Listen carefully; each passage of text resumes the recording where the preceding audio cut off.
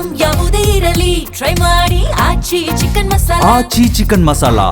ಆಂಧ್ರದ ರಾಜಮಂಡ್ರಿಯಿಂದ ಸಾಗಿಸ್ತಾ ಇದ್ದಂತಹ ಗಾಂಜಾವನ್ನ ವಶಕ್ಕೆ ಪಡೆದುಕೊಳ್ಳಲಾಗಿದೆ ಅನ್ನುವಂಥ ಮಾಹಿತಿ ಲಭ್ಯವಾಗ್ತಾ ಇದೆ.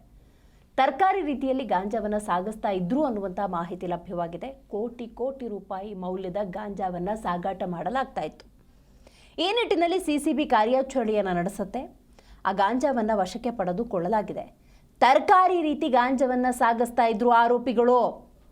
ಮೇಲ್ನೋಟಕ್ಕೆ ನೋಡಿದ್ರೆ ಅದು ತರಕಾರಿ, ಆದರೆ ಅಲ್ಲಿದ್ದದ್ದು ಗಾಂಜಾ. ಆಂಧ್ರದ ರಾಜಮಂಡ್ರಿಯಿಂದ ಸಾಗಿಸ್ತಾ ಇದ್ದಂತಹ ಆರೋಪಿ ಸದ್ಯ ಲಾಕ್.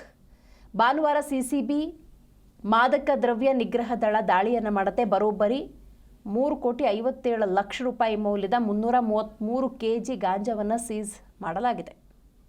ನೋಡಿ, ಆರೋಪಿ ಚಾಮರಾಜನಗರ ಜಿಲ್ಲೆಗೆ ಗಾಂಜಾವನ್ನು ಸಾಗಿಸ್ತಿದ್ದ ಅನ್ನುವಂಥ ಮಾಹಿತಿ ಇದೆ. ರವಿ ಅನ್ನೋ ಲಾರಿ ಡ್ರೈವರ್ ಈಗಾಗಲೇ ಬಂದಿದ್ದ. ರಾಜಮಂಡ್ರಿಯಿಂದ ಬೆಂಗಳೂರು, ಮೈಸೂರು, ಮಳವಳ್ಳಿ ಮಾರ್ಗದಲ್ಲಿ ಚಾಮರಾಜನಗರಕ್ಕೆ ಲಾರಿಯಲ್ಲಿ ಸಾಗಾಟವನ್ನು ಮಾಡಲಾಗ್ತಾ ಇತ್ತು. ನಾಯಂಡಹಳ್ಳಿ ಮೆಟ್ರೋ ಸ್ಟೇಷನ್ ಏನಿದೆ ಅಲ್ಲಿ ಸೀಸ್ ಮಾಡಿದ್ದಾರೆ ಪೊಲೀಸ್ನವರು. ಹಾಗೆ ತನಿಖೆಯನ್ನು ಮುಂದುವರಿಸಿದ್ದಾರೆ.